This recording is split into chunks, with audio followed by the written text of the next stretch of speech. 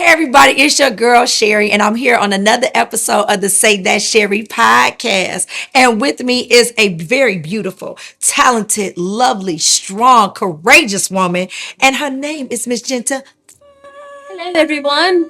That's my the best co-host this oh, side of heaven. there we go again. I I'm trying like to that tell you. tagline. I like it. It might stick. You know what I'm saying? Mhm. Yeah. So I want to get into it. You want to get into what you want to get I, into? I'm Oh, pretty you done stole my confident stuff. She done that stole my the stuff. viewers know that you are an author. Amen. Marry the Vision, Date the Plan by Sherry C. Pickett. Um, Great book, easy read. It also comes with a workbook, just to kind of keep you on track, keep you dedicated to your vision, Amen. knowing how to work through it, understanding if your vision is really real and if you're walking in your purpose. Great book for that. Um, you also have another You book. did such a great intro with that. Oh, thank you. You know what I'm saying? I mean, that's Oh what my it is. I was just God. speaking Yes. from the heart. Okay. The other one, Pathway to Trauma Recovery. Transform pain into power, overcome the mystery. Now, Oh, this is a book that you are a part of. There are several authors, yes. but you are one of them. Yes. And so today, I wanted to read just a small excerpt from the book. And I Okay. want you to give me a little bit about what this part is about. Okay. Oh, Sherry's chapter is chapter 4. in the book. On Friday nights, we hosted parties at a bar in downtown Detroit with a group of friends.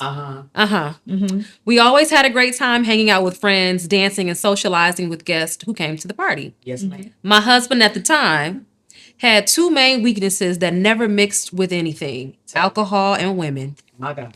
He was a true ladies' man. He loved everything about women, knew how to please them. You see, for a woman who hasn't learned how to control or operate with a partner who gives good sex, this is the thing that can change how she feels about everything. My God. I'll tell you the way I have thought about my daughter. Dick makes you dumb. I was No, complete. that's I had taught my daughter. Wait. Yeah.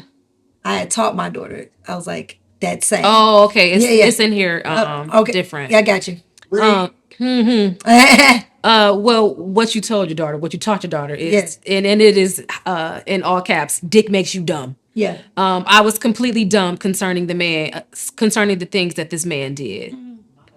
So, dig deep, please, and dig deep, please, and tell us what you were thinking in that moment. What made you want to divulge that part, and what about it was traumatic, and how you reformed it into something that wasn't. Okay, so you got to understand this is me writing a chapter from a 20-year-old perspective. Okay, so at this time, we are young, we are married, and we are just trying to navigate how to just kind of be married and be young, and and that kind of thing. And what I found was with men and women is that the reason why I came up with the expression dick make you dumb is because we do dumb stuff for men.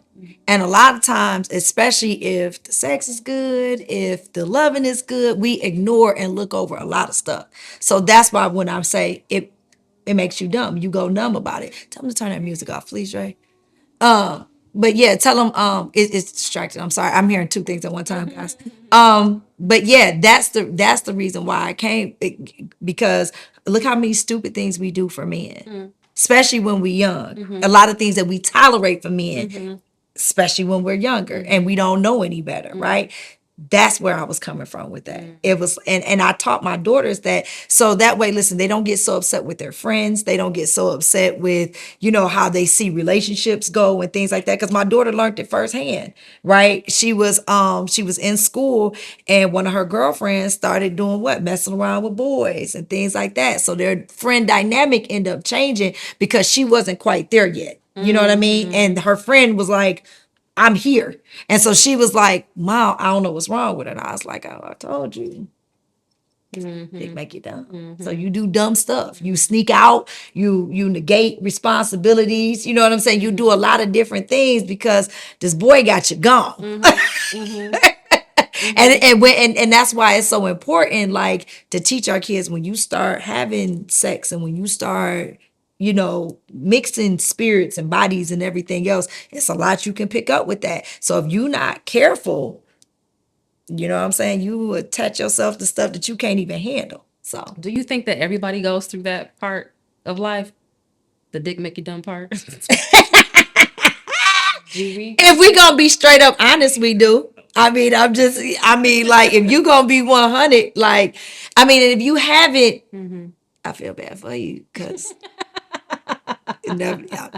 maybe you ain't get that kind of change your life. I don't know. But I'm just you I mean you So it's done like a met rite of man that's passage. like he ain't all that, but Yeah. see, that be that but. He ain't this and that, but I got you know what I'm saying? He get on my nerves, but you know what I mean? So it's like, so I'm just saying to you, some of us, we fortunate enough to marry Right. ones that we have really good chemistry with, and some of y'all have to just look in the rearview mirror and go, if only he could have got a job. Where y'all could be. If only he didn't have so many kids. Oh, wow. You know what I'm saying? I'm sure If it's a lot of women that feel that way. if only, you know what I'm saying, he didn't do certain things, right? If he didn't bless everybody with it, we could have made something work. But Okay. So, but when you talk about it in the book, you're talking about, because I'm just thinking of the name and I'm trying to connect the dots, the pathway to trauma recovery. So I assume that was a part that was traumatic for you, just going through that phase. What was traumatic about it though? well, the relationship was toxic. It wasn't a good relationship. It wasn't a good environment at all. And that's kind of where it came from, was, hey, it started out, and I know the term may be comical, but it's a serious term. Yeah. Because that's how I felt. I felt like I had compromised too much of myself to be with this man. You know what I'm saying? Like, he's doing things and he's acting out in a way that normally I wouldn't tolerate. I wouldn't even go for. Like, I wouldn't even put up with this, right? But for whatever reason, this is what I'm doing, and this is what I'm accepting, and this is what I'm tolerating. So something's making me dumb to this. Something's making me numb to this. And this is something I know I don't agree with. I know I don't touch and agree with this. I know this ain't me. I know this ain't right. And then, you look at yourself like, excuse me, who, Yeah. you know what I'm saying? This is me. know who I am? You know who I am? Like, this is too much. Yeah. So the traumatic thing was how much I dealt with to even get me to a point to where, because if you keep reading in that chapter, Yeah. it turns. And it turns to a point to where it was like, it's either him or me. That's what you told yourself? No, that's what I told him. Oh, okay. Yeah. Oh. Yeah, if you skimming the chapter, Yeah. you get over to a part in there where it was like, do I kill him or no? Oh. In real life. Oh, we got there. Yeah, we got there. Okay. All right. Yeah. I ain't no killer, but don't push me. Like, really. But you have to understand where I was. Yeah. I'm a new mom. I just had this baby. And you get mad enough to backhand me while I'm holding my kid. No. To the point I almost dropped her. No. At that point, it was either me or you. Huh. And that's how it went. Okay. Yeah. So as he slept, I sat there on the side of the bed with a knife, trying to figure out which way I was going to kill him. And then I had to think about it. Thank the Lord, he's always been with me, even in my foolishness, because he was like, okay, so you do this, you do know she won't have nobody. I was like, yeah, okay. But I stayed up. I couldn't sleep because my mind said, if I would have dropped her, see, that's where my mind went. If I would have dropped her, she's a newborn. She had literally only been home from the hospital maybe 2 weeks. We talking a new baby. And what was the point that got him to the point that he I felt? was checking him about going out with some girl, and he got agitated with me. And that's really what it was. He was pissed off that I was checking him about going and hanging out with some girl he was messing with at the time. But he was messing with many girls, but he had one main one in particular. So I had said something to him about going out, and he got mad. Yeah. And he's mouthed off something at me, and he caught me off guard because I'm standing there holding her, and he caught me off guard, and he literally went and backhanded me. And so when he backhanded me, I stumbled, you know what I'm saying? Because I wasn't expecting it, number one, you know what I'm saying? And then I'm holding her like this. So she slipped and I caught her. And I was like, oh, I kill him first. I kill him first. I kill him first. Yeah. That's how that kind of goes. Yep. So, yeah. So you came through, right? And you decided to keep it pushing. And did that go smoothly? Was it like a I'm out? Or was it more like a come on? Or was it like a traumatic yelling, fussing, cussing? Oh, no, I'm strategic. Okay. Yeah, I don't see why are we trying to leave when he home? Oh, no. I don't do things like that. I'm a very strategic person. So that morning when he woke up and he saw where I was sitting and we had a conversation, I was like, I was trying to think of ways to kill you. You told him? Oh yeah, definitely. I mean, I'm sitting there with the probably knife. He has. woke up and was kind of stunned. No, he did not. Okay. Because I had a look on my face that said, I will kill you. And he looked at me and I said, yeah, okay. I was like, something got to change. Something got to give. So later on that day, I was like, listen, I done found you somewhere to move to. You need to move out. And I told him whatever he needed to hear. And he was fine with it because he really wanted to be a bachelor in a marriage anyway. So it was cool because I was like, listen, I done found you this place over here. It's going to be real reasonable. You can move over there. We can work on our marriage. We can date. We can go back to trying to get back to us, is what I told him. I meant none of this. But this is what I had to do to get him out. Right. So he was like, okay, fine. So even when he moved out, he took furniture, he took stuff that wasn't even his to take. Didn't even belong to him. But I didn't even care. I just wanted him gone. So it didn't matter to me. So he took furniture, he took whatever he needed to take to go furnish his apartment or whatever over there. And then after that, I was like, checkmate. I can go get me a restraining order. I can go do X, Y, and Z. Boom. Cause now I can move on. Yeah, I'm a chess, not checkers kind of person. So, for me, everything is very strategic. This is my love muffin calling me right now. You know what I'm saying? Drop that zero. I'll tell them like, hey, I'm taping. I'll call you back. So my last question for you is it sounds like that was a lot. What would you say was your biggest like growth from that? What'd you learn about yourself? I learned that I don't have to put up with anything I don't want. That my life is too short to be unhappy in it, and that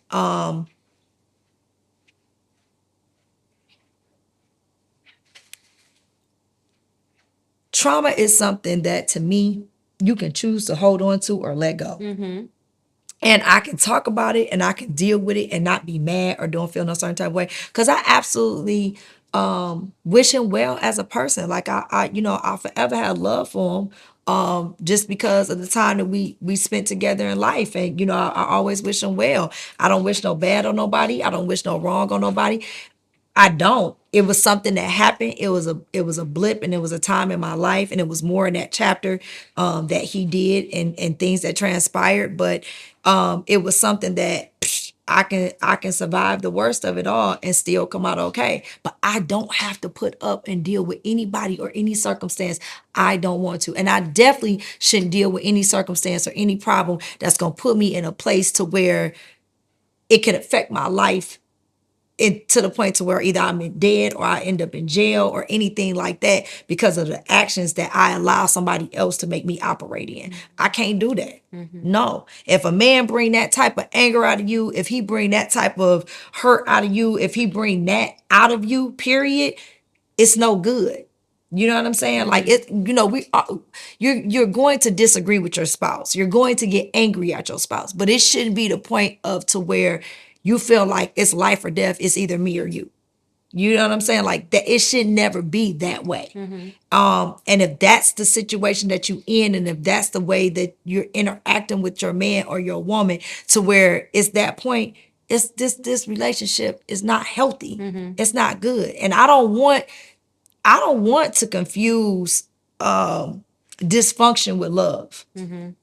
And a lot of times we do. We confuse dysfunction with love. You think because you've been with somebody so long or you done put up with them long enough that, oh, this just the way he showed me he loved me. I don't want you slapping me upside my head to show me you love me. I don't want you mistreating me. Talking about you love me. Yeah. You running with this woman, that woman. Because that's wild. Yeah, you feel what I'm saying? Like, how is this love? Yeah. Does that feel like love to you? Right. You know what I'm saying? Like, so no.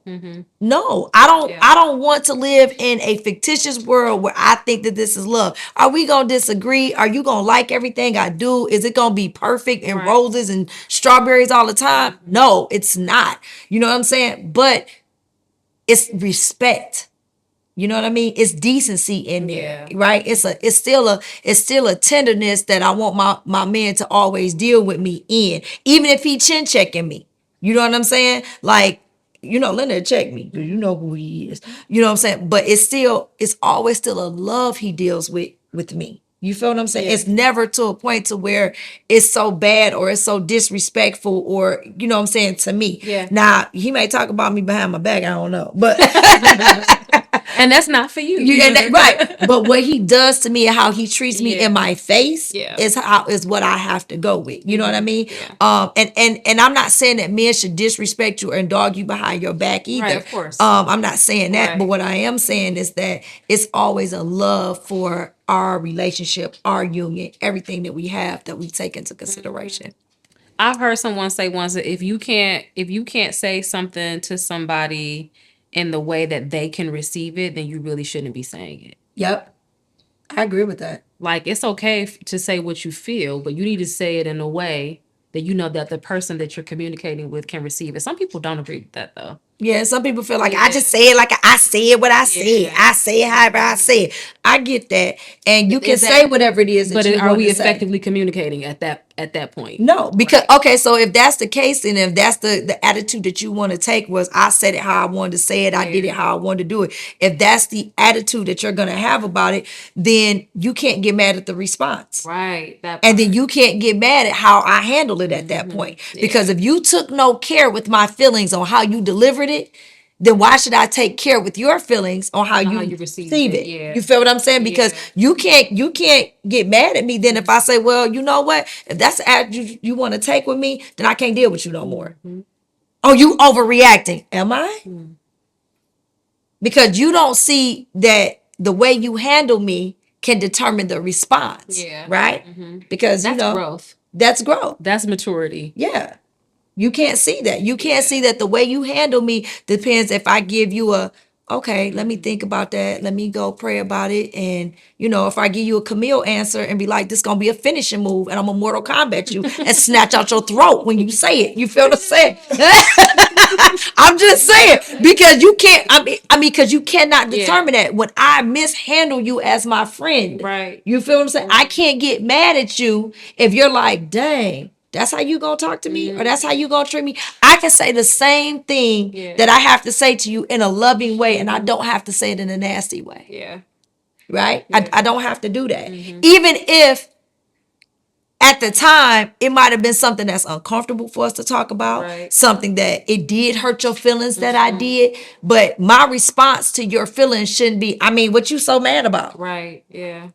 Right. It should be, sis, I didn't mean to hurt your feelings. You know what I mean? So, yeah. I think that's, but yeah, trauma is something. I love the book, and I love the authors that's in it. If anybody wants a copy of the book, please inbox me, because when you collab with other people and you sell it like on Amazon or whatever, we as the independent authors don't get credit for that. So if you guys want a copy of the book, I'll be glad to send it to you, ship it to you. I can autograph it for you, all the things, Yes. for you as well. So just, DM us and I'll get you a copy over to you. Or you can go on SayThatSherri.com. The book is listed there. You can buy it from the website as well. But I love the book, and some people took it from a very technical side of things and like healing side of things, because it's doctors in there, it's all type of professional people that's in this book that did it. I probably took it from a more urban approach, if you will, maybe hood. I don't know. But it was my truth. Yeah. And that's what I did when somebody was like, what have you lived through? What have you survived? I didn't want to put no fluff in there. I didn't want to make it look like a manuscript or a structure manual, because I'm like, no, I'm telling you that I came from a place too. I came from a place of, I done got beat up. I done got, my ego has gotten smashed. My confidence had gotten smashed. You know what I'm saying? And I'm like, and I put myself here. This was not a involuntary decision. Yeah, This was a voluntary decision. I liked this young man. I wanted to be with this young man. I married this young man. And I'm thinking that we were young enough that he would change in some things as he matured and got older. But what I was finding was, the older he was getting, the worse he was getting. Yeah. Yeah. And I'm like, and when I had my daughter, it was a changing point for me. It was a turning point in my life, because I was like, I can't let her grow up in this dysfunction and think that it's okay. If I do this to her, then what will she grow up and accept? Yeah. And that's going to be on me. Yeah. That's good. It's my job to give her a better example than that. So That's awesome. Ultimately, what I hear you saying is accept responsibility for all of it, yeah, not just the cute stuff. And you have a choice you do. always. Yeah. Good stuff. Good That's stuff. it. That's Yeah. it. Amen. Good That's stuff. Buy the right. books. Buy the books. Buy the books. Buy the books. Buy the books. They're very Yep, I'm working on something else too. So okay. I can't wait. I can't wait. That one right there. The one that I'm working on now it's a passion project. Really, really it is. And I can't wait. I'm not gonna tell y'all too much about it. Well, you but didn't it even is. tell me about it. I know. I'm telling you now. Okay. I've been, you know how I do. I secretly go in the lab and do stuff. You know what I You've mean? been very busy. Yeah, yeah. Yeah. But I've been working on certain projects and doing certain things. But this one is going to be. I can't wait to share this. Yeah, one. I can't wait This to one see is from the heart though too. It's like seriously from the heart. Okay. So you know what I mean? Yeah. Okay. I can't wait. All right. So y'all go have an amazing, wonderful week. I mean, y'all just stay so blessed. I am so happy that we have our Say That Sherry club. Like, y'all just don't understand. We got so many things rolling out. It's so much stuff that I can't wait to share with y'all. Like, it's just crazy. So we absolutely love y'all. We can't wait till y'all join us next time. Go be blessed, go be prosperous, love on one another. Peace.